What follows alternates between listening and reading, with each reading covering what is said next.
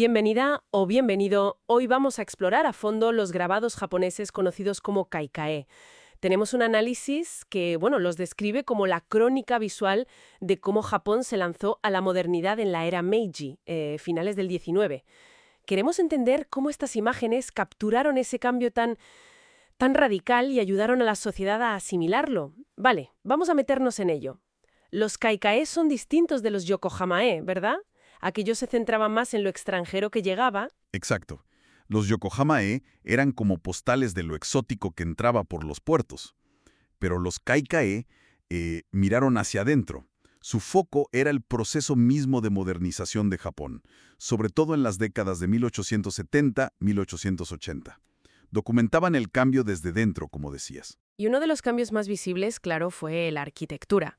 El paso de la madera, pues a edificios de ladrillo o de piedra, muy al estilo occidental. El ejemplo que siempre sale es Ginza, en Tokio. La reconstrucción después del incendio de 1872, el Ginza Rengagai. Sí. Los grabados de artistas como Utagawa Hiroshige III. Están llenos de esas calles nuevas de ladrillo, con sus farolas de gas, aceras. Era la imagen de un Tokio moderno, renacido. Claro. Y lo potente de esto es que no eran solo edificios. O sea, no era solo funcionalidad. Eran símbolos muy potentes. El ladrillo, la piedra, eran la prueba física de que Japón se estaba conectando al mundo. Estaban construyendo una imagen de progreso para su propia gente. Enseñaban cómo iba a ser el futuro. Totalmente. Y otro símbolo potentísimo, quizá el más fuerte, el ferrocarril. El tren. La línea Shimbashi-Yokohama, 1872. Un hito. Los grabados se llenaron de locomotoras echando humo, estaciones enormes. Transmitían velocidad, progreso. Era imparable. Es que el tren se convirtió, casi en el emblema visual de la modernización Meiji. Y en los grabados se ve algo muy curioso. Combinan la técnica de siempre, la del ukiyo-e, el grabado en madera, ¿sabes? Pero le meten elementos occidentales. ¿Cómo cuáles? Pues la perspectiva lineal, por ejemplo. Esa forma de dibujar para que parezca que hay profundidad, distancia, la usan para capturar la máquina, la velocidad del tren. No solo lo mostraban, lo celebraban. Era el futuro llegando a toda máquina. Y aquí es donde se pone, para mí, más interesante. ¿Cómo cambió la vida de la gente normal? Porque los grabados también lo pillan. Ves a hombres con trajes, sombrero de copa, mujeres con peinados occidentales, niños con uniforme escolar. Sí, pero al lado de gente con kimono. Esa mezcla en la ropa es fascinante. Te preguntas si era solo que convivían o si había tensión, ¿sabes? La dificultad de absorber lo nuevo tan rápido. Los grabados lo muestran ahí, sin más, pero te deja pensando. Y no solo la ropa, salen las nuevas instituciones, las escuelas, reflejo de ese impulso Meiji por la educación para todos, los hospitales, las oficinas de correos. Todo eso aparece retratado. Y las tecnologías, claro, el telégrafo, el alumbrado de gas. Los grabados las presentan casi como maravillas, herramientas de la nueva era, imprescindibles. Detrás de todo esto había artistas, claro. Muchos venían del ukiyo-e tradicional, pero tuvieron que adaptarse. Sí, figuras como Taiso Yoshitoshi o el mismo Hiroshige III que mencionabas. Documentaron esa nueva Tokio, los puentes de hierro, los edificios del gobierno.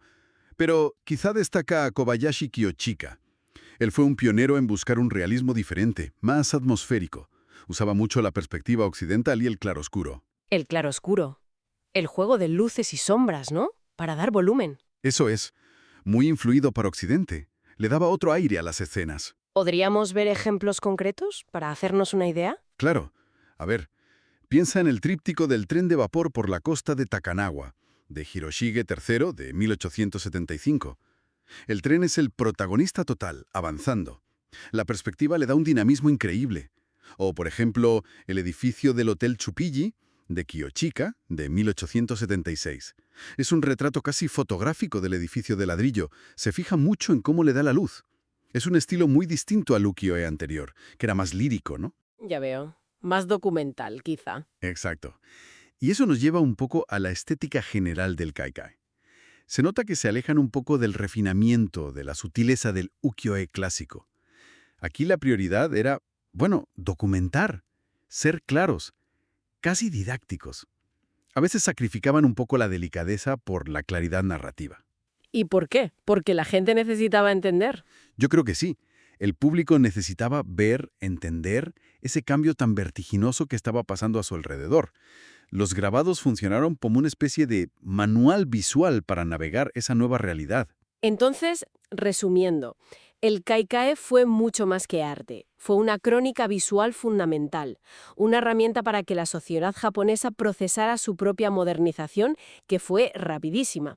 Capturó ese momento en que Japón se miró al espejo y vio, quizá por primera vez, un reflejo de su futuro moderno. Y esto, claro, nos deja pensando, hoy en día con todos los medios visuales que tenemos, redes sociales, fotoperiodismo, incluso los memes, la publicidad, ¿de qué manera están moldeando ellos nuestra comprensión de los cambios sociales y tecnológicos tan rápidos que vivimos? Cumplen una función parecida a la del Kaikai en su momento, ayudarnos a visualizar, a procesar este presente tan acelerado. Es algo sobre lo que, bueno, merece la pena darle una vuelta.